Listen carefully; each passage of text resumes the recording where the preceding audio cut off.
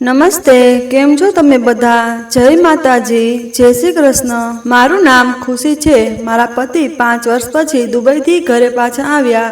મારા લગ્ન એક એવા પુરુષ સાથે થયા જે ખૂબ જ સરળ અને વિનમ્ર હતો। ગમે તે હોય, હું આ ગામમાં રહેતી હતી, તેથી હું મારા સાસરિયાઓને ખૂબ જ સારી રીતે જાણતી હતી। મારી સાસુએ પોતે મને મારા પતિ માટે પસંદ કરી હતી। હું મારી જાતને ખૂબ નસીબદાર માનું છું, કારણ કે આજકાલ છોકરાઓ પોતાના માટે અગાઉથી છોકરી પસંદ કરે છે, અને જે છોકરાઓ પોતાના દેશની બહાર કામ કરે છે તેઓ પણ તે દેશની છોકરીની જેમ।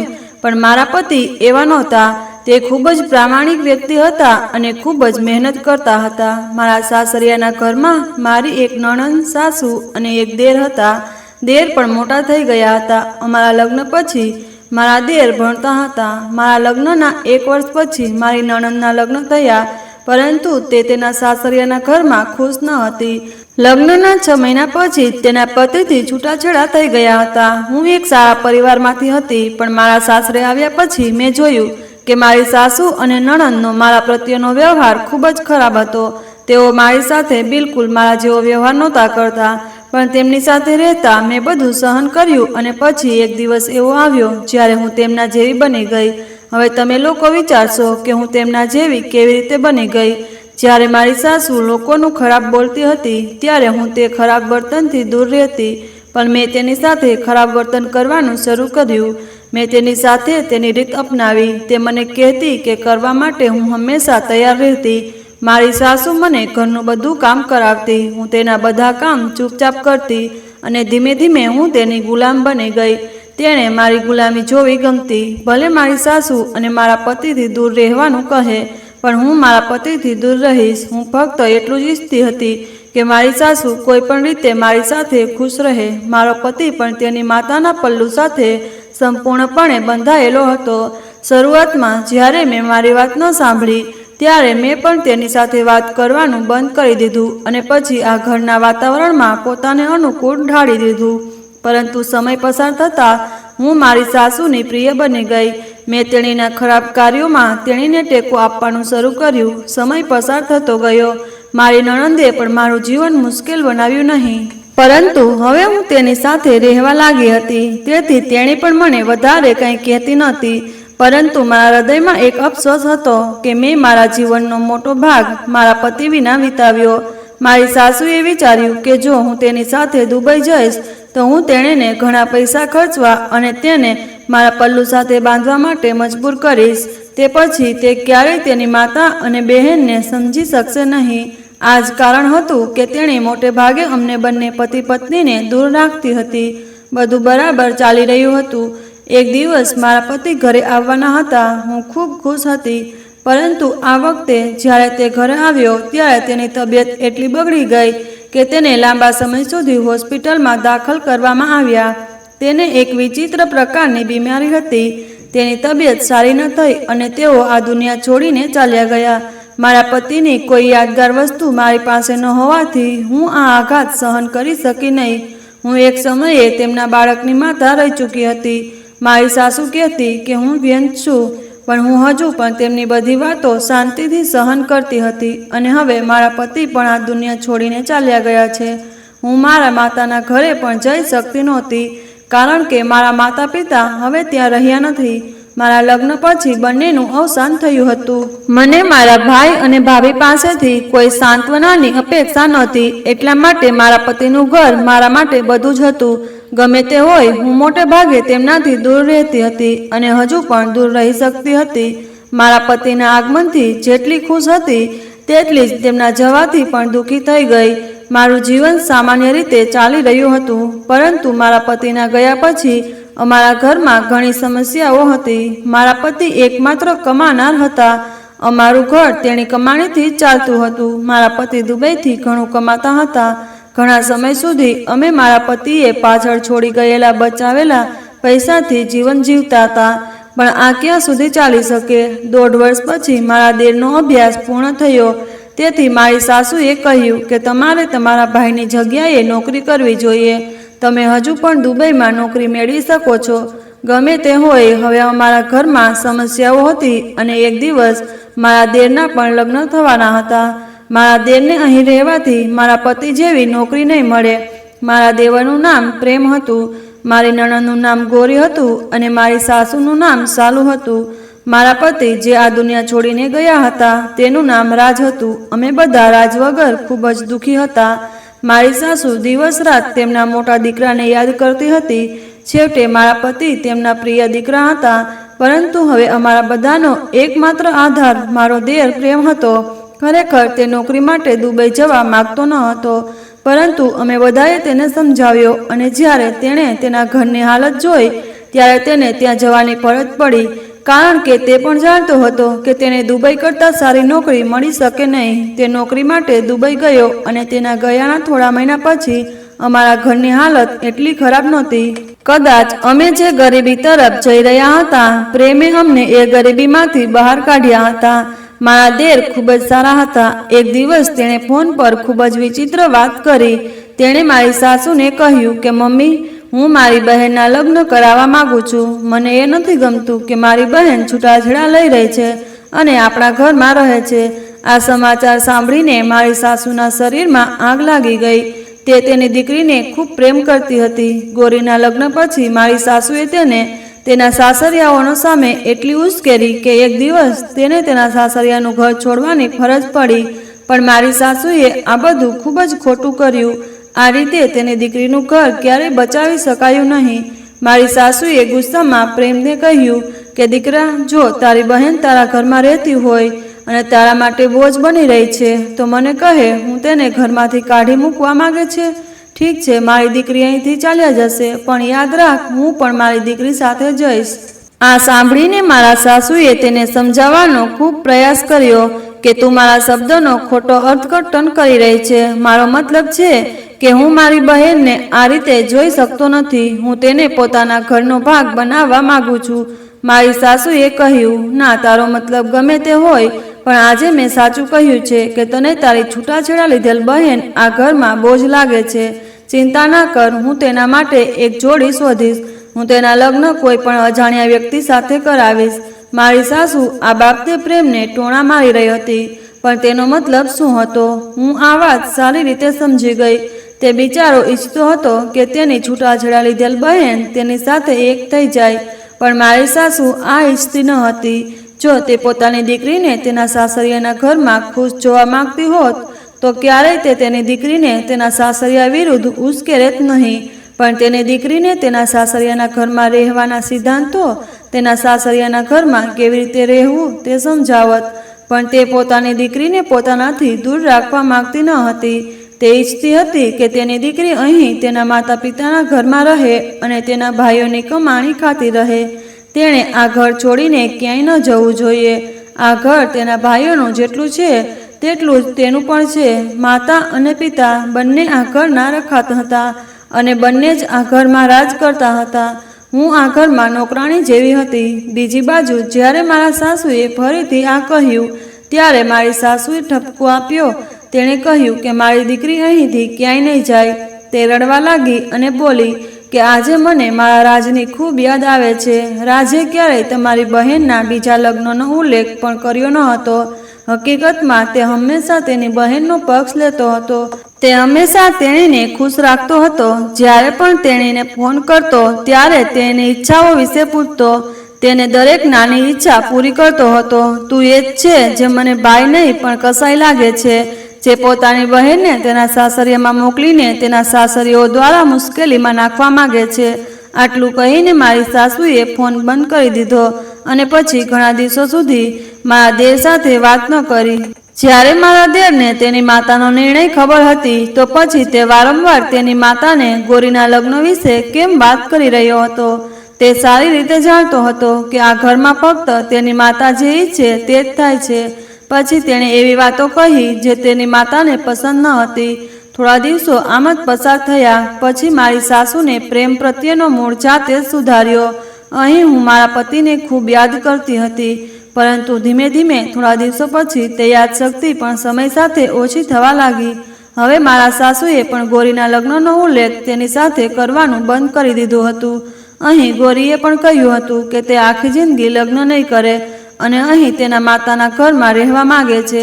મારા દેર અહીં જેટલા પણ પૈસા મોકલતા હતા તેમાંથી અમે ગુજરાન ચલાવતા હતા। જે રીતે લોકો પહેલાં મારા પતિના વખાણ કરતા, હવે તેઓ મારા દેરના વખાણ કરવા લાગ્યા અને આસપાસના લોકો મારી સાસુને ખૂબ નસીબદાર કહેતા હતા કે તેમના બંને દીકરા એટલા આજ્ઞાકારી અને સારા વર્તનવાળા હતા કે તેઓ હંમેશા તેમના પરિવાર માટે ઘરથી દૂર રહેતા હતા અને સમયસર તેમની કમાણી તેમના પરિવારને મોકલતા રહ્યા। તેમણે પણ ધીમે ધીમે તેમના ઘરની સ્થિતિ સુધારી। જ્યારે એક ગયો ત્યારે બીજાએ જવાબદારીઓ સંભાળી। ઘરની જવાબદારી સંભાળતા દીકરાની માતા ખૂબ નસીબદાર છે। હવે મારા દેર 27 વર્ષના હતા। હવે તે સારું કમાવા લાગ્યા હતા। હવે મારી સાસુ તેના લગ્ન કરાવવા માંગતી હતી। હું પણ ખુશ હતી કે એક દેરાણી જે તેને ટેકો આપશે તે પણ આ ઘરમાં આવશે। પણ જેમ જેમ મારી સાસુના ઈરાદા અમને સ્પષ્ટ થતા ગયા તેમ તેમ અમે એક વિચિત્ર ચિંતામાં ઘેરાઈ ગયા। મારી સાસુએ કહ્યું કે તેમણે પ્રેમ માટે એક છોકરી પસંદ કરી છે, ગોરી, અને મને એ સાંભળીને આઘાત લાગ્યો કે તેમણે અમને કહ્યા વિના એક છોકરી પસંદ કરી છે। તેમણે કહ્યું કે તમે લોકો છોકરીને ખૂબ સારી રીતે જાણો છો। છેવટે તે છોકરી કોણ હતી? મારી નણંદે મારા સાસુને આશ્ચર્યમાં પૂછ્યું। તેમણે મને કહ્યું કે મને મારા દીકરા માટે કોઈ શ્રીમંત પરિવારની છોકરીની જરૂર નથી। મારો દીકરો ખૂબ કમાય છે। મારે કોઈ શ્રીમંત પરિવારની છોકરી લાવવાની જરૂર નથી। હા, પણ હું મારા દીકરાના લગ્ન એક સુંદર છોકરી સાથે કરાવવા માંગુ છું જે ખૂબ જ સુંદર અને યુવાન હોય।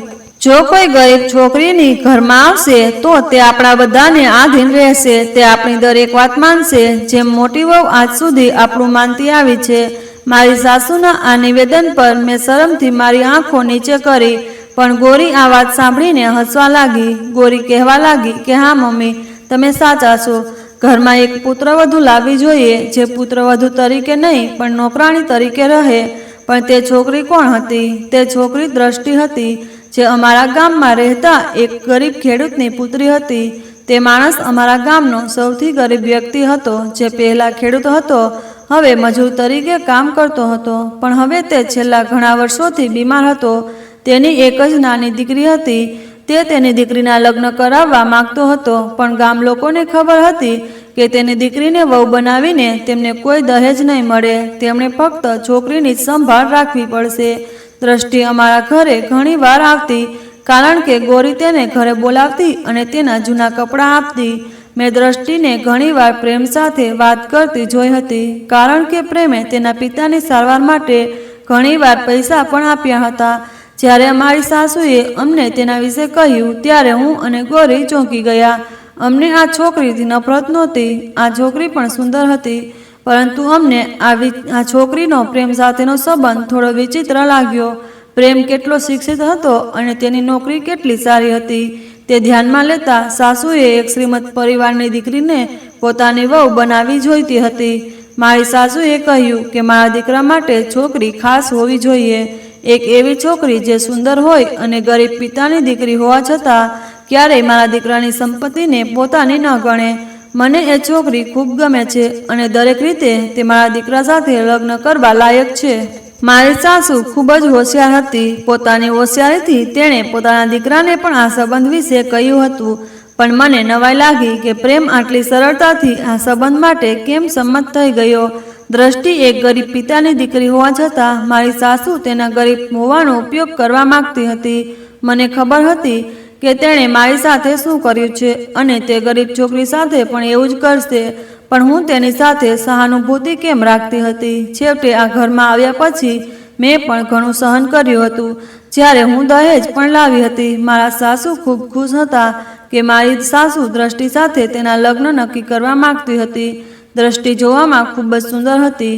તેની સુંદરતા ફક્ત તેની ગરીબીમાં છુપાયેલી હતી। જ્યારે તે યોગ્ય રીતે પોશાક પહેરતી ત્યારે તેની સુંદરતામાં વધારો થતો। દ્રષ્ટિ માત્ર સુંદર જ નહીં પણ ખૂબ જ બુદ્ધિશાળી પણ હતી। ગામના લોકો તેને બુદ્ધિમત્તાના વખાણ કરતા હતા। તેના પિતા બીમાર પડ્યા પછી તેણે ક્યારેય તેની બીમારીનો ફાયદો ઉઠાવ્યો નહીં। તે ખૂબ જ સુંદર હતી। જો તે ઈચ્છતી તો તે ગામના કોઈ પણ છોકરા સાથે અફેર કરી શકતી હતી। તે એકલી પણ હતી। તેને તેની માતા કે બહેનનો ટેકો નહોતો। તેના પિતા પથારીવશ હતા। તે પોતાની ઈચ્છા મુજબ પોતાનું જીવન જીવી શકતી હતી, પરંતુ તે ખૂબ જ શિષ્ટ છોકરી હતી। તેથી જ તે શિષ્ટાચાર અને બુદ્ધિમત્તાથી પોતાનું જીવન જીવી રહી હતી. જ્યારે મારી સાસુ પોતે લગ્નનો પ્રસ્તાવ લઈને તેના ઘરે ગઈ ત્યારે તેના પિતા ખૂબ ખુશ થયા. તેમણે તરત જ આ પ્રસ્તાવ સ્વીકાર્યો. તેમને ખબર હતી કે અમારો પ્રેમ દુબઈમાં કામ કરે છે, પણ એક વાત ખૂબ જ વિચિત્ર હતી.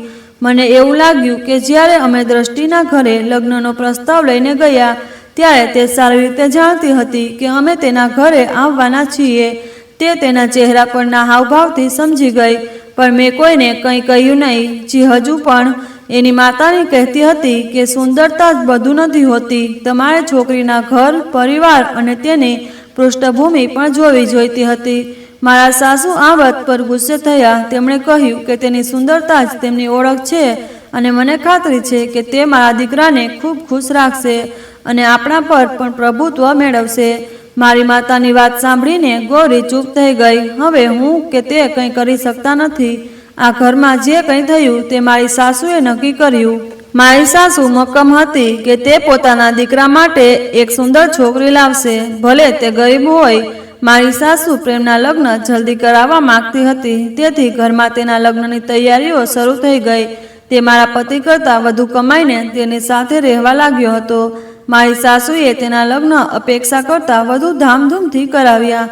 પ્રેમ લગ્ન માટે ફક્ત 2 મહિના માટે આવ્યો હતો અને તેના 2 મહિના પછી પાછો જવાનો ઈરાદો હતો. મારી સાસુએ ઘરને દુલ્હનની જેમ સજાવ્યું હતું. લગ્ન દરમિયાન હું ખૂબ થાકી ગઈ હતી, કારણ કે ઘરનું બધું કામ મારા પર આવી ગયું હતું. પણ મને હવે રાહત થઈ ગઈ હતી કે હવે અમે બંને દેરાણી જેઠાણી ઘરના બધા કામ સાથે કરીશું. લગ્ન પછી થોડા દિવસો સુધી બધું એકદમ નવું હતું. મારી દેરાણી દ્રષ્ટિ અમારા બધાથી ખૂબ ખુશ હતી. ગામમાં બધા વખાણ કરી રહ્યા હતા કે મારી સાસુએ દ્રષ્ટિને તેના ઘરની વહુ બનાવીને ખૂબ સારું કામ કર્યું છે. પણ મારી સાસુના ઈરાદા કોઈને ખબર નહોતા. દ્રષ્ટિએ અમને દરેક રીતે ખુશ રાખવાનો પ્રયાસ કર્યો, જેથી અમે બધા તેના કારણે ખુશ રહીએ. તે ઘરના બધા કામ પણ કરતી હતી, તેથી તેના આવવાથી મને ઘણી રાહત મળવા લાગી. પરંતુ વર્તન સારું હતું. 2 મહિના પૂરા થયા અને મારા દેરના દુબઈ જવાનો સમય નજીક આવતાની સાથે જ તેના ચહેરા પર એક વિચિત્ર ઉદાસી દેખાવા લાગી. તે બધાની સામે આ ઉદાસી વ્યક્ત ન કરવાનો પ્રયાસ કરતી હતી. હું તેનું દુઃખ ખૂબ સારી રીતે સમજી રહી હતી.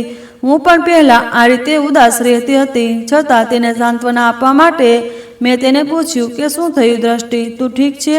તો તેણે બળજબરીથી હસીને કહ્યું કે હા ભાભી, હું ઠીક છું. પણ તેની આંખો અલગ હતી. પ્રેમ દુબઈ પાછો ગયો હતો. પ્રેમ ગયો ત્યારે તે બાળક ન હતો. મારા દેરના લગ્ન ગયા પછી ઘરની પરિસ્થિતિ ધીમે ધીમે બદલાવા લાગી. એ શરૂઆતમાં બધું રાબેતા મુજબ ચાલ્યું, પણ પછી ઘરમાં વિચિત્ર સમસ્યાઓ આવવા લાગી. શરૂઆતમાં દ્રષ્ટિ ચૂપ રહેતી અને કોઈ પણ વાતનો વિરોધ પણ કરતી ન હતી. થોડા દિવસ પછી દ્રષ્ટિના પિતાનું અવસાન થયું. ગમે તે હોય, ઘણા સમયથી બીમાર હતા. હવે તેમના મૃત્યુ સાથે તેમને અને તે એક રીતે બીમારમાંથી રાહત મળી. દ્રષ્ટિ તેના પિતાના મૃત્યુ પર ખૂબ રડી. મેં તેને ખૂબ જ મુશ્કેલીથી સાંત્વના આપી. હું તેનું દુઃખ ખૂબ સારી રીતે સમજી શકતી હતી, કારણ કે મારા પણ માતા પિતા આ દુનિયામાં નહોતા અને હું પણ મારા સાસરિયામાં રહેતી હતી. મારા સાસુ ખૂબ આભારી હતા કે તેમણે તેમના પુત્રના ગયા પછી પણ મને તેમના ઘરમાં રાખી. નહીં તો ઘણી સાસુઓ છે જે તેમના પુત્રોના મૃત્યુ પછી તેમની પુત્રવધૂઓને ઘરમાંથી કાઢી મૂકે છે. તેના પિતાના અંતિમ સંસ્કાર કર્યા પછી દ્રષ્ટિ ઘરે પાછી ફરી.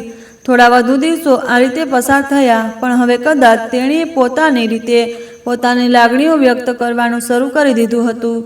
મારે મારા સાસરિયાના ઘરમાં ગોરી અને માજીના પ્રભાવ હેઠળ રહેવું પડ્યું, પણ કદાચ દ્રષ્ટિ એવી નહોતી.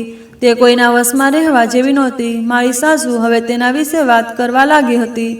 જુઓ, દ્રષ્ટિને તેના રસ્તા થોડા વિચિત્ર લાગવા લાગ્યા છે. આ ઝઘડો ત્યારે વધી ગયો જ્યારે પ્રેમનો ફોન સાંજે આવતો અને માતા તેને દ્રષ્ટિ વિશે ફરિયાદ કરતી. મારી સાસુ કહેતી કે તારી પત્ની ખૂબ જ વિચિત્ર કામ કરે છે. તે સવારે મોડી ઉઠે છે. તે હંમેશા તેના પિતાને યાદ કરીને રડે છે. હવે તે તેના પિતાનું મૃત્યુનો શોક કેટલો સમય કરશે? પ્રેમ દ્રષ્ટિને પૂછે કે શું સમસ્યા છે. પછી દ્રષ્ટિ પણ તેનો ખુલાસો આપે. દ્રષ્ટિ કહે છે કે માજીએ તારા માટે બધું જ અતિશયોક્તિ ભર્યું કર્યું છે. મેં એવું કંઈ કર્યું નથી. મેં તેને કંઈ કહ્યું પણ નથી. તે પછી મારા દેર તેની માતાને ફરીથી ફોન કરે છે અને કહે છે કે માં, તમારે આવું ન કરવું જોઈએ. આ રીતે ઘરમાં દરરોજ કોટ લાગતી હતી. આ રોજિંદુ બની ગયું હતું. મારી સાસુ દ્રષ્ટિને કહેતી દરેક વાતમાં કોઈને કોઈ ખામી શોધતી હતી. જો કે તે પહેલા મારી સાથે પણ આવું જ કરતી હતી, પરંતુ દ્રષ્ટિ મારી સાસુને યોગ્ય જવાબ આપતી હતી, જ્યારે હું હંમેશા ચૂપ રહેવાનું સારું માનતી. આ જ કારણ હતું કે મારી સાસુ ક્યારેય મારા પતિને મારા વિશે ફરિયાદ કરતી નહોતી, અને હવે તે દ્રષ્ટિની હરકતો સહન કરી શકતી નહોતી, અને તેથી જ તે તરત જ તેની પ્રેમાળ ફરિયાદ કરતી હતી. મારી દેરાણીનો તેના પતિ સાથેનો દૂરનો સંબંધ ફક્ત ફોન સુધી મર્યાદિત હતો, અને એ પણ વિચિત્ર લાગતું હતું કે મારી સાથે જે કંઈ બન્યું તે હવે મારી દેરાણી સાથે પણ થઈ રહ્યું છે. બીજી બાજુ ગૌરી, જે શરૂઆતથી દ્રષ્ટિની ઈર્ષા કરતી હતી, તેણે આ બાબતમાં મારી સાસુને ટેકો આપવાનું શરૂ કર્યું. તે મારી સાસુને દ્રષ્ટિ વિરુદ્ધ વધુ ઉશ્કેરતી. તે દરેક બાબતમાં કહેતી કે મમ્મી, તમે બિલકુલ સાચા છો. આ છોકરી આપણા ઘરના રિવાજો સમજી શકતી નથી. તે એક ગરીબ પિતાની દીકરી છે, તેથી તે હંમેશા ગરીબ જ રહેશે. આ રીતે બંનેએ દ્રષ્ટિ વિરુદ્ધ ઝાડ વણી હતી, પણ દ્રષ્ટિ પોતાનામાં મજબૂત હતી. એકલી હોવા છતાં તે અમારા બધા પર ભારે હતી. હું પણ દ્રષ્ટિ સાથે વધુ વાત કરતી નહોતી. હું ફક્ત મારા પોતાના કામ પર ધ્યાન આપતી. જો મને ક્યારેય તેના પ્રત્યે સહાનુભૂતિ થાય તો પણ હું તેની સામે આ વાત વ્યક્ત ન કરું. મારા હૃદયમાં ફક્ત તેના પ્રત્યે સહાનુભૂતિ હતી. આનું એક મોટું કારણ એ હતું કે તે હંમેશા તેના હકો માટે ઊભી રહેતી હતી, અને મને એ વાતને ઈર્ષા થતી હતી કે મેં ક્યારેય મારા હકો માટે અવાજ ઉઠાવ્યો નહીં, તો તે કેવી રીતે કરી શકે.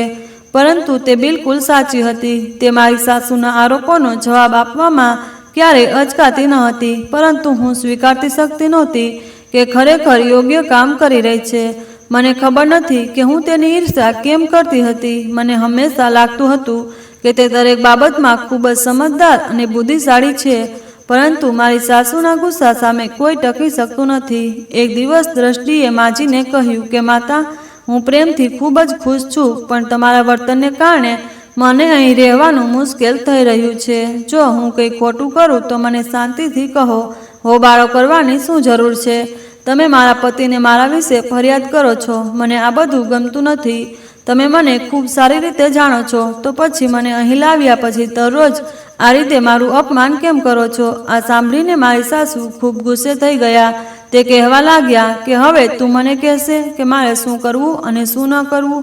ખુશીને જુઓ, તે તમારી જેઠાણી છે. તે પણ આ ઘરમાં રહી છે. તેણીને અહીં રહેવામાં ક્યારેય કોઈ તકલીફ નહોતી પડી. આ વાત સાંભળીને મેં મારા સાસુ તરફ આશ્ચર્યથી જોયું. પછી દ્રષ્ટિએ કહ્યું, હા, પણ હું ભાભી જેવી નથી.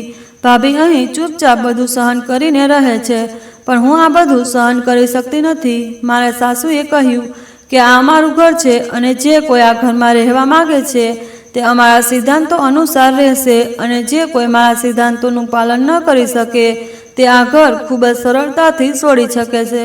મારી સાસુએ આ વાત મોટેથી કહી, જેથી હું તે સાંભળી શકું અને મારી દેરાણી પણ તે સાંભળી શકે. તે દિવસથી ઘરનું વાતાવરણ વધુ બગડતું ગયું, કારણ કે મારી નણંદ પણ મારી સાસુના કાનમાં ઘણી વાતો ભરતી હતી, અને દ્રષ્ટિએ કોઈને કોઈ આરોપનું નિશાન બનાવવામાં આવતી હતી. દ્રષ્ટિએ મામલો ઉકેલવાનો પ્રયાસ કર્યો, પણ જેટલો તે મામલો ખતમ કરવાનો પ્રયાસ કરતી હતી તેટલો જ વધુ ખરાબ થતો ગયો. મારા પતિના મૃત્યુ પછી આ ઘરમાં મારું કોઈ સ્થાન નહોતું, તેથી હવે અહીં મારી કિંમત વધુ ઘટી ગઈ હતી. આ જ કારણ હતું કે હું આ ઘરમાં કોઈ પણ મામલામાં બોલી શકતી નહોતી, પણ હું આ બધું જોઈ રહી હતી. મારી નણંદના પ્રયત્નો, મારી સાસુની ફરિયાદો અને મારી નણંદની ચાલાકી સામે નજરથી છુપાયેલી નહોતી. મને સમજવામાં વાર ન લાગી કે આ બધું એક મોટા તોફાનની તૈયારી કરી રહ્યું છે, અને એકબીજા સામે ફરિયાદોનું બજાર ગરમ છે.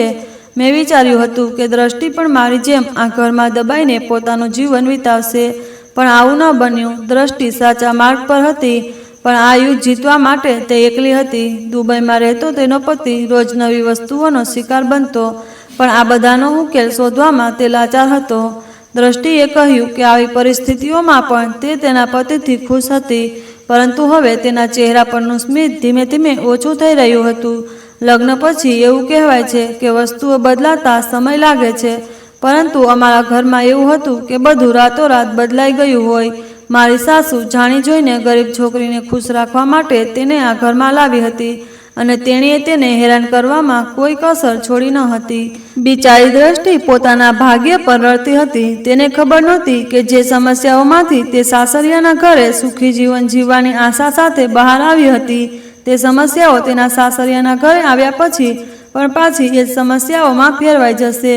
તે ક્યારેક મારી સાથે વાત કરવાનો પ્રયાસ કરતી, પણ હું તેનાથી મોં ફેરવી લેતી. હું નહોતી ઈચ્છતી કે મારી સાસુ મને ક્યારેય તેની સાથે વાત કરતી જુએ, અને મારી નણંદે મારી સાસુને ઉશ્કેર્યા કે જો આ બંને એકબીજા સાથે વાત કરે તો આ બંને એક થઈ ગયા તો મારી સાસુ મને ઘરમાંથી કાઢી મૂકશે.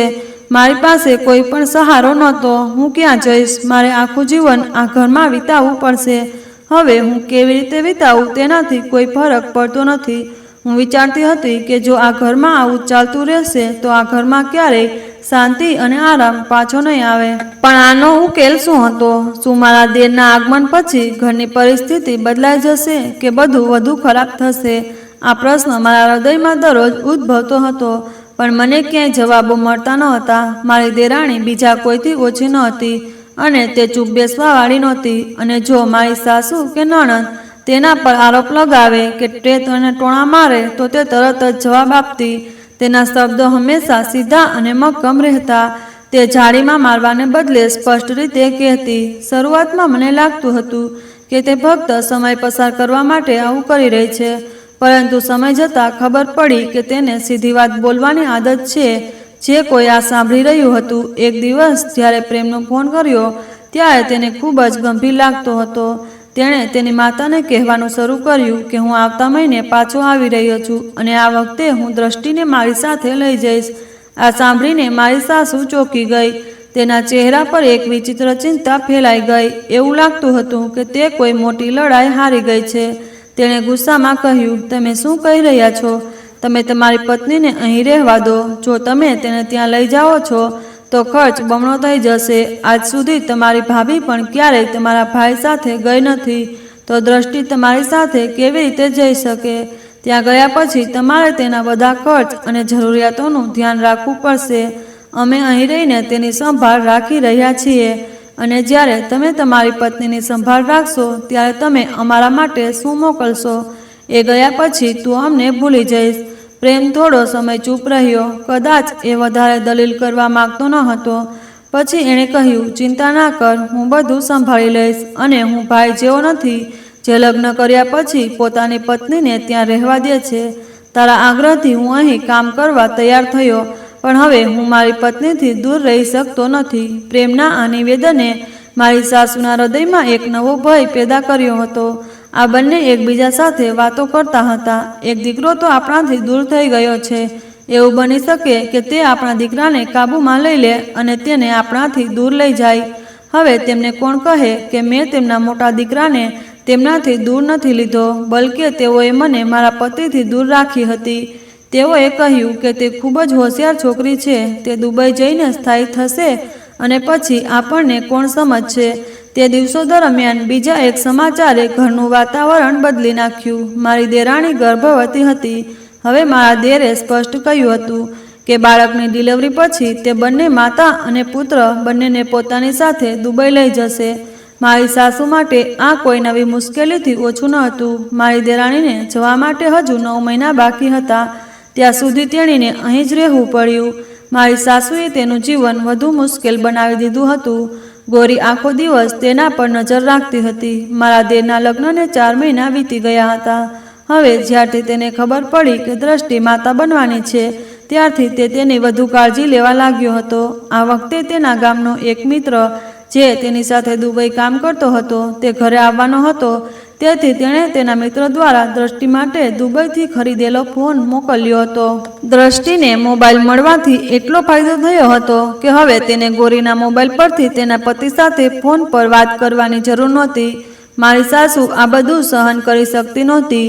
મારી નણંદ આ વાત સાંભળીને રડવા લાગી અને તે સમયે પ્રેમને ફોન કરીને કહ્યું કે તને ફક્ત તારી પત્નીની ચિંતા છે, તારે મારા માટે પણ મોબાઈલ મોકલવો જોઈતો હતો. મારી સાસુએ આ વાત પર ખૂબ હોબાળો મચાવ્યો.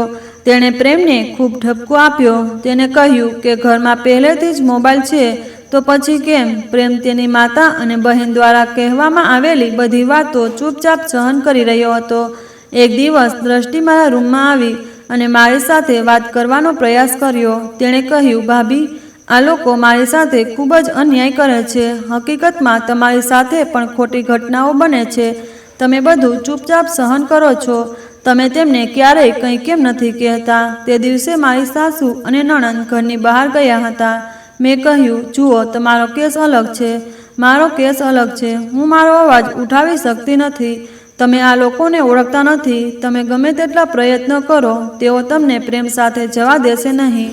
મેં મારા પતિ વિના 5 વર્ષ વિતાવ્યા છે અને હવે મારે મારા આખા જીવન તેના વિના વિતાવવું પડશે. તો પછી તમે કેવા પ્રકારના વ્યક્તિ છો? તમે જે ઈચ્છો તે કરી શકો છો, પણ તમે પણ માતા સામે જીતી શકશો નહીં. મારા શબ્દો ચૂપચાપ સાંભળીને દ્રષ્ટિ મારા રૂમમાંથી નીકળી ગઈ. તેણે મને કંઈ કહ્યું નહીં. હા, પણ જતી વખતે તે વિચિત્ર નજરે મારી સામે જોતી રહી. દિવસો આ રીતે પસાર થયા. આ ઘરમાં મારી દેરાણીને ખૂબ હેરાન કરવામાં આવી રહી હતી, પણ તે કદાચ તેના પતિના આવવાની રાહ જોઈ રહી હતી. ત્યાં સુધી તે બધું ચૂપચાપ સહન કરતી રહી અને હવે તેને 9મો મહિનો શરૂ થઈ ગયો હતો અને પછી તેણે એક દીકરાને જન્મ આપ્યો. થોડા દિવસો પછી મારા દેર ઘરે આવ્યા. મારી સાસુ અને નણંદ હજુ પણ નારાજ હતા, પરંતુ થોડા દિવસો અહીં વિતાવ્યા પછી તે તેની પત્ની અને બાળકને બળજબરીથી અહીંથી લઈ ગયો. આ બધું જોઈને અમે બધા ચોંકી ગયા. મારે મારા દેરની હિંમતની કદર કરવી જોઈતી હતી, જેણે તેની માતા અને બહેનની વિરુદ્ધ જઈને તેની પત્નીને પોતાની સાથે લઈ ગયો. મને અફસોસ થઈ રહ્યો કે જો મારા પતિએ પણ આટલી હિંમત બતાવી હોત તો હું તેના પ્રેમ માટે તડપતી ન હોત. મારી સાસુ ચીસો પાડતી અને બૂમો પાડતી રહી, પણ મારા દેરે જે કરવાનું હતું તે કર્યું. તેણે ફક્ત એટલું જ કહ્યું કે હું મારી પત્ની અને બાળક સાથે રહેવા માંગુ છું. આ મારો અધિકાર છે અને હું તમારી પણ સંભાળ રાખીશ, પણ મારી પત્ની મારી સાથે જશે. મારી સાસુ પ્રેમથી ખૂબ ગુસ્સે હતી. દુબઈમાં પ્રેમ પકડાતાની સાથે જ ગોરીએ પણ તેને ફોન કરીને ઘણી બધી વાતો કહી. મારી સાસુએ પોતાનો ગુસ્સો ગળી લીધો હતો, કારણ કે તેનો ગુસ્સો જોવાવાળું કોઈ નહોતું. મારા દેર પોતાનું નવું જીવન શરૂ કરવા માંગતા હતા. હું મારી જવાબદારીઓ અને પ્રેમ વચ્ચે ભેદ પાડવા માંગતી નહોતી અને દ્રષ્ટિ જે દરેક જગ્યાએ પોતાની હિંમત જાળવી રાખવાનો પ્રયાસ કરી રહી હતી. એક રીતે દ્રષ્ટિએ મારી સાસુ પર વિજય મેળવ્યો હતો, કારણ કે તે તેના પતિ સાથે જઈ શકી હતી. મારી સાસુને તેની હારનો અહેસાસ થઈ રહ્યો હતો. તે ખૂબ ગુસ્સે હતી.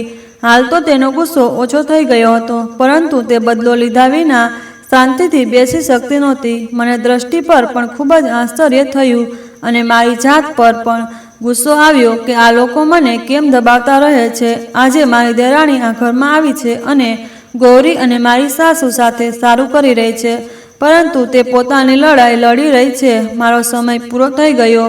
મેં મારા જીવનનો શ્રેષ્ઠ સમય આ ઘરમાં નોકરાણી તરીકે વિતાવ્યો. મેં મારા માટે કંઈ કેમ ન કર્યું? તે લોકો ગયા પછી ઘરનું વાતાવરણ ખાલી લાગતું હતું. મને લાગ્યું કે હવે આ મામલો પૂરો થઈ ગયો, પણ મને ખબર નહોતી કે હવે ખરી શરૂઆત થઈ ગઈ છે. થોડા દિવસો પછી દ્રષ્ટિનો એક મિત્ર અમારા ઘરે આવ્યો હતો. તે દ્રષ્ટિને મળવા આવી હતી, પણ જ્યારે તેણે ખબર પડી કે દ્રષ્ટિ પણ તેના પતિ સાથે દુબઈ ગઈ છે, ત્યારે તેણે અમને એક વિચિત્ર વાત કહી, જેનાથી મારી સાસુ ગુસ્સે થઈ ગઈ. તેણે કહ્યું કે દ્રષ્ટિ ખૂબ નસીબદાર નીકળી. જે લોકો પ્રેમ કરે છે તે ખૂબ નસીબદાર હોય છે. મારી નણંદે આ સાંભળ્યું ત્યારે તે ચોંકાવી દીધી અને પૂછ્યું કે કોણ કોને પ્રેમ કરે છે. દ્રષ્ટિના મિત્ર જે અમારા ઘરે ગામમાં રહેતો હતો, તેનું નામ કાલી હતું. કાલીએ કહ્યું કે અરે, દ્રષ્ટિ અને પ્રેમનો પ્રેમ, બંને એકબીજાને ખૂબ પ્રેમ કરતા હતા. આ સાંભળીને મારી સાસુએ પણ આ વાત સાંભળી અને હવે કાલીને આખી વાત પૂછી. તેણે કહ્યું કે બંને પહેલાંથી એકબીજાને પ્રેમ કરતા હતા. જ્યારે તે તમારા ઘરે આવતી હતી ત્યારે સમય દરમિયાન પ્રેમ અને દ્રષ્ટિ વચ્ચે પ્રેમની પ્રક્રિયા શરૂ થઈ, પરંતુ બંનેએ પોતાનો પ્રેમ ગુપ્ત રાખ્યો અને જ્યારે પ્રેમ દુબઈ ગયો હતો ત્યારે દ્રષ્ટિ પોતે કાલીના ઘરે જતી અને પ્રેમ સાથે તેના મોબાઈલથી વાત કરતી. કાલીને લાગતું હતું કે તેના પરિવારના સભ્યોએ તેની ઈચ્છા મુજબ તેના લગ્ન કરાવી દીધા. કોઈને ખબર નહોતી કે તે બંને એકબીજાને પ્રેમ કરે છે. મારી સાસુએ તેને પોતાની વહુ બનાવી હતી, તેથી તે તેના કમાતા દીકરા પર કાબૂ રાખે, પણ છતાં તે તેને કાબૂમાં રાખવામાં સફળ રહી. મારી સાસુ ખૂબ ગુસ્સે હતી. હવે તેનો ગુસ્સો પહેલા કરતાં વધુ વધી ગયો હતો. તેને યાદ આવ્યું કે પ્રેમે એકવાર તેને નરમાશથી કહ્યું હતું કે તારે તારી મરજી મુજબ સંબંધ નક્કી કરવો જોઈએ. મારી પત્ની શિક્ષિત અને સમૃદ્ધ પરિવારમાંથી હોવી જોઈએ, તો જ તેનો અને મારો સ્વભાવ એકબીજા સાથે મેળ ખાશે. મારી સાસુએ જાણી જોઈને તેના દીકરાના લગ્ન એક ગરીબ છોકરી સાથે કરાવ્યા હતા, કારણ કે તે સમજી ગઈ હતી કે જો તેના જેવી છોકરી શિક્ષિત અને સમૃદ્ધ પરિવારમાંથી આવશે તો તેનો ખર્ચ ઘણો થશે, અને જ્યારે ગરીબ છોકરીઓનો કોઈ ખર્ચ નહીં હોય અને મારી સાસુ તેને ધમકીમાં રાખશે. મારી સાસુનો આખો પ્લાન બરબાદ થઈ ગયો. બીજી બાજુ પ્રેમ પણ સારી રીતે જાણતો હતો કે તેની માતા ક્યારેય નહીં ઈચ્છે કે તેનો દીકરો તેની પત્નીના આદેશ મુજબ પોતાનું જીવન જીવે.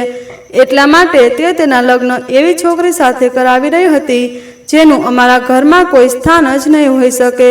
મારા દેર મને અને મારા પતિને જોઈને આ સમજી ગયા. એટલા માટે તેમણે તેમના ભાવિ જીવન વિશે ઘણું વિચાર્યું હતું.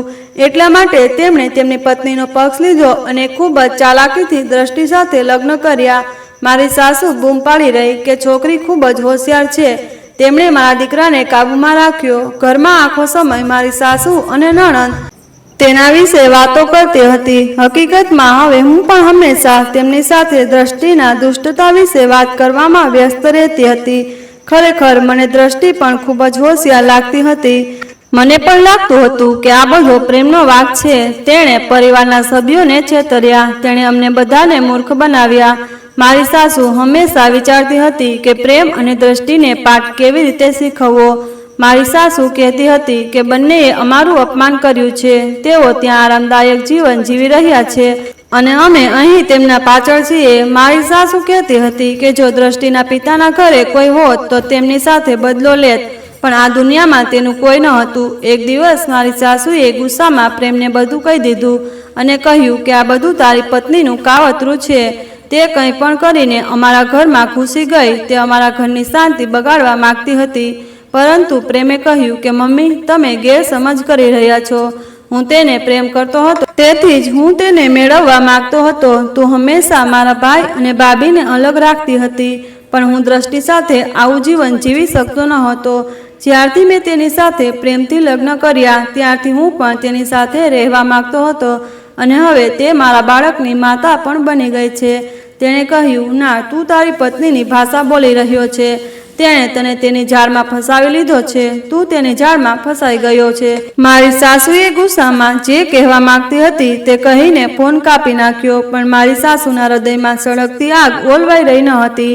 આ બધું જોઈને મને પણ ખુશી થઈ રહી હતી કે મારી સાસુ દ્રષ્ટિ સાથે જે કંઈ કરી રહી હતી તે બરાબર કરી રહી હતી. ધીમે ધીમે દ્રષ્ટિ પ્રેમ સાથે ગયાને 1 વર્ષ વીતી ગયું અને હવે અહીં રહેતા હોવા છતાં મારી સાસુ કંઈ કરી શકી નહીં. પણ વર્ષમાં એક પણ દિવસ એવો ન હતો જ્યારે ઘરમાં દ્રષ્ટિ અને પ્રેમ વિશે કોઈ વાત ન થઈ હોય. દરરોજ તેઓ ખરાબ બોલતા હતા. પ્રેમ ક્યારેક ઘરે ફોન કરતો, તે બધાના સુખ સુવિધા વિશે પૂછતો, પણ આ ઘરમાં તેનું સાંભળનાર કોઈ ન હતું. તે ત્યાં સારી રીતે પોતાનું જીવન જીવી રહ્યો હતો. અમે કહેતા હતા કે પ્રેમ અમારાથી દૂર થઈ ગયો છે અને આ બધું દ્રષ્ટિના કારણે જ થયું છે. પછી એક દિવસ પ્રેમે સમાચાર આપ્યા કે તે અને દ્રષ્ટિ થોડા દિવસો માટે ગામ આવી રહ્યા છે. આ સમાચાર સાંભળીને મારી સાસુ ખુશીથી ઉછળી પડી. મને ખબર નથી કે આ વખતે મારી સાસુ એટલી ખુશ કેમ હતી. હકીકતમાં તે બંનેને નફરત કરવા લાગી હતી, તેથી તેના માટે ખુશ થવું યોગ્ય ન હતું. પરંતુ આ વખતે તેણીએ મનમાં કંઈક બીજું જ આયોજન કર્યું હતું. જ્યારે દ્રષ્ટિ અને પ્રેમ ઘરમાં પ્રવેશ્યા ત્યારે તેમનો 1 વર્ષનો દીકરો પણ તેમની સાથે હાજર હતો. દ્રષ્ટિ ખૂબ જ સુંદર દેખાતી હતી. તેણીએ ખૂબ જ સુંદર કપડાં પહેર્યા હતા. મારી સાસુ કહેવા લાગી કે આ બધું મારા દીકરાની કમાણીનું પરિણામ છે. પ્રેમ અમને પૈસા મોકલતો નથી અને જુઓ કે તે તેની પત્નીને કેટલા મોંઘા કપડાં પહેરાવે છે. આ બધું જોઈને અમારા ત્રણેયને નફરત થઈ ગઈ કે આજ સુધી અમારામાંથી કોઈએ આટલા મોંઘા સારા કપડાં પહેર્યા નથી. પણ દ્રષ્ટિએ આટલી સુંદર જોઈને મને પણ ગુસ્સો આવ્યો. ગૌરીએ કહ્યું કે તે સ્ત્રી બહાર ગઈ છે અને મારા ભાઈ પર સંપૂર્ણ કાબુ મેળવી લીધો. બંને 1 મહિનો અહીં રહેવા માંગતા હતા અને પછી દુબઈ જવા માંગતા હતા. પરંતુ આ વખતે મારી સાસુએ પહેલેથી જ પોતાનું મન બનાવી લીધું હતું. કાં તો પ્રેમ અહીંથી એકલો જશે અથવા આ વખતે તે પોતે અહીં જઈ શકશે નહીં, કારણ કે મારી સાસુના મનમાં કંઈક બીજું જ હતું. પ્રેમે તેની માતાને સાંત્વના આપવાનો પ્રયાસ કર્યો, પણ તે ખૂબ ગુસ્સે હતી. તેણે કહ્યું કે આ વખતે તમે બંને અહીંથી નહીં જાઓ. પણ પ્રેમે તેને સમજાવ્યું કે જો હું નહીં જાઉં તો કામ કેવી રીતે થશે. મારી સાસુએ કહ્યું કે પછી તમારી પત્ની અહીંથી નહીં જાય. પણ દ્રષ્ટિએ કહ્યું કે તે પણ તેના પતિ સાથે દુબઈ પાછી જશે, કારણ કે તે તેના વગર અહીં રહી શકતી નથી. હવે તેનું એક બાળક છે અને એક બાળક પણ તેના પિતાની આદત પડી ગઈ છે. પણ મારી સાસુ કંઈ સાંભળવા તૈયાર નહોતી. અહીં આવ્યા પછી દ્રષ્ટિ અને પ્રેમને ખૂબ પસ્તાવો થઈ રહ્યો હતો કે બંને ત્યાં ઠીક હતા. તેઓ અહીં કેમ આવ્યા? પણ તેમને લાગ્યું કે રજાઓ ચાલી રહી છે અને પરિવારથી દૂર રહ્યાને ઘણો સમય થઈ ગયો છે. અહીં આવ્યા પછી તેમને ખબર નહોતી કે કેટલી મોટી મુશ્કેલીઓનો સામનો કરવો પડશે. અને આ વખતે મારી સાસુએ નક્કી કર્યું હતું કે ભલે દુનિયા ઉલટી થઈ જાય પણ તે પોતાની વાતથી પાછળ નહીં હટે અને આ વખતે પ્રેમને જે ઈચ્છે તે નહીં કરવા દે. તે જે કહે તે થશે. દ્રષ્ટિએ એમ પણ કહ્યું કે તેને દુબઈના વાતાવરણમાં પોતાને અનુકૂળ કરી લીધી છે. હવે તેના માટે અહીં રહેવું ખૂબ મુશ્કેલ બનશે. પ્રેમ અને દ્રષ્ટિ અહીં આવ્યા ત્યારથી એક પણ દિવસ એવો નહોતો જ્યારે અમારા ઘરમાં યુદ્ધ ન થયું હોય. ધીમે ધીમે 1 મહિનો પૂરો થતો ગયો. દ્રષ્ટિ પ્રેમને સમજાવીને થાકી ગઈ હતી કે તેને તેની સાથે જવું પડશે, પરંતુ આ વખતે પ્રેમે તેને સમજાવી પણ રહી હતો. ચાલો માતા જે કહે તે માની લઈએ. થોડા દિવસોની વાત છે. હું પાછો આવીશ અને પછી તને ફરીથી લઈ જઈશ. પરંતુ આ વખતે માતા ખૂબ ગુસ્સે લાગે છે. દ્રષ્ટિએ કહ્યું કે તમારી માતા અહીં મારું જીવન મુશ્કેલ બનાવી દેશે. કૃપા કરીને મને તમારી સાથે લઈ જાઓ. આ વખતે મારી સાસુએ પ્રેમને કહ્યું કે જો તમે તમારી પુત્રવધૂને તમારી સાથે લઈ જાઓ છો તો તે સારું નહીં થાય. અહીંથી ગયા પછી તમે બંને પતિ પત્ની ફરીથી ઘરમાં પ્રવેશી શકશો નહીં અને અમે તમારી સાથેના બધા સંબંધોનો અંત લાવીશું. પ્રેમ આ બિલકુલ સહન કરી શક્યો નહીં, તેથી તેને મજબૂર કરવામાં આવ્યો. દ્રષ્ટિએ કહ્યું કે જ્યારે 1 મહિનો પૂરો થયો ત્યારે પ્રેમ અહીંથી ચાલ્યો ગયો. દ્રષ્ટિ તેની સામે હાથ જોડતી રહી. તે ફક્ત એટલું કહેવા માંગતી હતી કે તમે મને તમારી સાથે લઈ જાઓ. હું આ નર્કમાં રહી શકતી નથી. આ ઘર એક પ્રકારનું નર્ક હતું જેમાં હું ઘણા વર્ષોથી સળગી રહી હતી. પણ હવે દ્રષ્ટિને પીડામાં જોઈને હું મારું દુઃખ ભૂલી ગઈ. એવું લાગતું હતું કે તેની સાથે કંઈક સારું થઈ રહ્યું છે. તેથી જ મેં ક્યારેય તેનો પક્ષ લેવાનો પ્રયાસ કર્યો નહીં. મેં ક્યારેય તેના વતી બોલવાનો પ્રયાસ કર્યો નહીં, પરંતુ હંમેશા તેની ભૂલોને પ્રોત્સાહન આપ્યું. હું મારી સાસુ અને નણંદ જેવી બની ગઈ. પ્રેમ દુબઈ ગયો. અહીં તેનું બાળક અને દ્રષ્ટિ ઘરે છોડી દેવામાં આવ્યા. દ્રષ્ટિ ખૂબ રડતી હતી. જ્યારે હું મારા રૂમમાં ગઈ અને સૂઈ ત્યારે તેના રૂમમાં બંધ થઈ ગઈ. બીજી બાજુ મારી સાસુ અને નણંદ તેના રૂમમાં બેસીને કંઈક પ્લાન કરી રહ્યા હતા. અડધી રાત થઈ ગઈ હતી જ્યારે મારી નણંદ મને જગાડવા આવી. તેણે કહ્યું કે ભાભી, મમ્મીએ તમને બોલાવી છે. હું ડરી ગઈ અને ઝડપથી મારી સાસુના રૂમમાં ગઈ. મારી સાસુએ કહ્યું કે બેસો, તમે પણ સાંભળો કે આપણે શું વાત કરી રહ્યા છીએ. મારી આંખો ઊંઘથી ભરાઈ ગઈ હતી, પણ મને સમજાતું નહોતું કે મારા સાસુ શું કહી રહ્યા છે. મમ્મી, નણંદ બંને કોઈને કોઈ વિષય પર ધીમે ધીમે વાતો કરી રહ્યા હતા. મારા ઘરમાં કોઈ પણ વાતચીતનો વિષય હંમેશા દ્રષ્ટિ અને પ્રેમ જ હતા. તેથી જ હું તેઓ શું કહેતા હતા તેના પર વધુ ધ્યાન આપતી ન હતી. તેમનું એટલું જ કહેવું હતું કે પ્રેમ અહીંથી ચાલ્યો ગયો છે અને આ છોકરી રડીને પોતાને દુઃખી બનાવી રહી છે. હવે તેઓ તેને શાંતિથી જીવન જીવવા દેશે નહીં. તેઓ તેની પાસેથી તેની ખુશી છીનવી લેવા માગે છે. તે હવે કંઈક નવું કરવા માંગે છે જેથી તે પહેલાંથી કરેલી ભૂલોનું પુનરાવર્તન ન કરે. ગમે તેમ આ બધું જોઈને મારી સાસુને ખૂબ જ ઈર્ષા થતી હતી કે દ્રષ્ટિ પહેલાં કરતાં વધુ સુંદર બની ગઈ છે. તેને જોઈને સ્પષ્ટ થઈ ગયું કે તેના ઘણા પૈસા રોકાયા છે અને તેના બાળકે પણ ખૂબ મોંઘા કપડાં પહેર્યા છે. મારી સાસુએ કહ્યું કે આ વખતે તેણે દ્રષ્ટિનું ખાતું પણ ખોલાવ્યું અને હવે તે દ્રષ્ટિના ખાતામાં પૈસા ટ્રાન્સફર કરશે. પ્રેમે ઘરની બહાર નીકળતી વખતે શાંતિથી તેની પત્નીને આ વાત કહી હતી, જે ગોરીએ સાંભળીને તેની માતાને કહી દીધી. મારી સાસુ એ વાત સહન કરી શકતી ન હતી. તેઓ હજુ પણ તેમના દીકરા પર કાબૂ રાખી રહ્યા હતા, તેથી તેમના દીકરાની કમાણી પણ તેમના કાબૂમાં આવવાની હતી. મારી સાસુ આ બધું સહન કરી શકી નહીં. તે કહી રહી હતી કે આપણે આ વિશે કંઈક કરવું પડશે. આ બધું સાંભળીને મને આઘાત લાગ્યો, પણ મેં તેમના શબ્દો પર કોઈ ધ્યાન આપ્યું નહીં. હું સમજી ગઈ કે કદાચ તેનો મતલબ એવો હતો કે દ્રષ્ટિ અને તેના બાળકને અમારી સાથે રહેવું જોઈએ, જેથી મારી સાસુ તેમની નજર સામે રાખી શકે. ઊંઘને કારણે મારી આંખો ખોલી શકી નહીં. આખરે રાતના 3:30 વાગ્યા હતા. મેં મારી સાસુને કહ્યું કે માજી, હું સૂઈ જાઉં છું, આપણે સવારે બાકીના વિશે વાત કરીશું. તેમણે મને જવા દીધી, પણ જતા સમયે તેમનો ચહેરા પર એક ખાસ પ્રકારની કડકતા જોઈને મારું હૃદય વિચિત્ર લાગ્યું. હું મારા રૂમમાં આવી અને પલંગ પર સૂઈ ગઈ. બીજા દિવસે સવારે જ્યારે મેં મારી આંખો ખોલી ત્યારે ઘરનું વાતાવરણ સંપૂર્ણપણે બદલાઈ ગયું હતું. હું મારા રૂમના દરવાજામાંથી બહાર નીકળતાની સાથે જ મને મારી દેરાણી રૂમમાંથી ખડખડાટનો અવાજ સંભળાયો.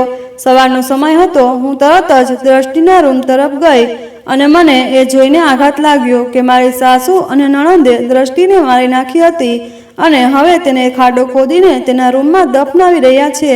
મેં જોરથી બૂમ પાડી અને કહ્યું કે તમે બંનેએ શું કર્યું? મારી નણંદ ઝડપથી મારી નજીક આવી અને પૂછ્યું કે તું કેમ ચીસો પાડી રહી છે? જો કોઈને ખબર પડશે તો શું થશે? હું રડવા લાગી. મેં કહ્યું, પણ તેને કેમ મારી નાખી? મેં બાજુ તરફ જોયું કે તરત જ મને આશ્ચર્ય થયું કે આ લોકોએ એક માસૂમ 1 વર્ષના બાળકને પણ મારી નાખ્યો. હું ધીમે ધીમે તે બાળકની નજીક ગઈ અને મારી નણંદે મારો હાથ પકડીને કહ્યું કે તે પણ મરી ગયો છે. મને વિશ્વાસ નહોતો આવતો કે આ બંને આટલા નીચે ઝૂકી શકે છે. મારી આંખોમાંથી સતત આંસુ વહી રહ્યા હતા. ગઈ રાત સુધી જીવતા માતા અને પુત્ર આજે મારી નજર સામે મરી ગયા હતા. પ્રેમના બાળકને ગળું દબાવીને મારી નાખવામાં આવ્યો હતો, જ્યારે આ બંનેએ દ્રષ્ટિને પણ ગળું દબાવી દીધું હતું. તે બિચારી છોકરી ચીસો પાડવાનો પ્રયાસ કરી રહી હશે, પણ આ બે પ્રાણી સ્ત્રીઓ અને આ ગરીબ નબળી છોકરી જે અહીં રડતી રડતી મરી ગઈ હતી, કોણ જાણે તેણે પોતાના બચાવવા માટે શું કર્યું હશે. હવે મને દ્રષ્ટિ પ્રત્યે સહાનુભૂતિ થઈ રહી હતી, પણ હવે સહાનુભૂતિનો કોઈ અર્થ નહોતો. તે અને તેનું બાળક ચાલ્યા ગયા હતા. મારી સાસુ અને નણંદે મને ચૂપ રહેવા કહ્યું. તેમણે કહ્યું કે અમે ગઈકાલે રાત્રે તમને આ બધું કહેવા માટે બોલાવ્યા હતા. અમે ઈચ્છતા હતા કે તમે દરેક બાબતમાં અમને ટેકો આપો, પણ હવે તમારે તમારું મોં બંધ રાખવું પડશે. કોઈને કંઈ કહેવાની જરૂર નથી. બંનેએ સાથે મળીને માતા અને પુત્રને જમીનમાં દાટી દીધા અને તેમના પલંગ પર નાખ્યો. હું રૂમમાં આવીને ખૂબ રડી. મને ખબર નહોતી કે આ લોકો બંનેએ મારી નાખશે. શું તેમનો દ્વેષ એટલી હદે વધી ગયો હતો કે તે જીવ લેવા સુધી પહોંચી ગયો હતો? મારી સાસુએ બીજી યુક્તિ રમી. તેણીએ દ્રષ્ટિનો મોબાઈલ બંધ કરી દીધો અને ગૌરીના મોબાઈલ પરથી પ્રેમને ફોન કર્યો અને તેણે કહ્યું કે તમારી પત્ની ગઈકાલ રાત્રે આ ઘરમાંથી ભાગી ગઈ છે. તે તેના બાળકને પણ પોતાની સાથે લઈ ગઈ છે. મેં તમને ફોન ન આપવાની મનાઈ કરી હતી, કારણ કે અમે જોયું હતું કે તે તમારી પીઠ પાછળ કોઈની સાથે ગુપ્ત રીતે વાત કરી રહી હતી. હવે તે તેના પ્રેમી સાથે ભાગી ગઈ છે. આ બધું સાંભળીને પ્રેમ ચોંકી ગયો. તે બધું માનતો ન હતો. તે ખૂબ જ નારાજ હતો, પરંતુ મારી સાસુએ તેને ખાતરી આપી કે તે ઘરે નથી. જો તમને વિશ્વાસ ન આવે તો તમે અહીં આવીને જોઈ શકો છો. મારા દેર ખૂબ નારાજ હતા. તે કટોકટીમાં પણ અહીં આવી શક્યા નહીં. અહીં આ બધું સહન કરી રહી હતી. જો આ લોકો દ્રષ્ટિ સાથે આવું બધું કરી શકે તો એક દિવસ તેઓ મારી સાથે પણ આવું જ કરી શકે.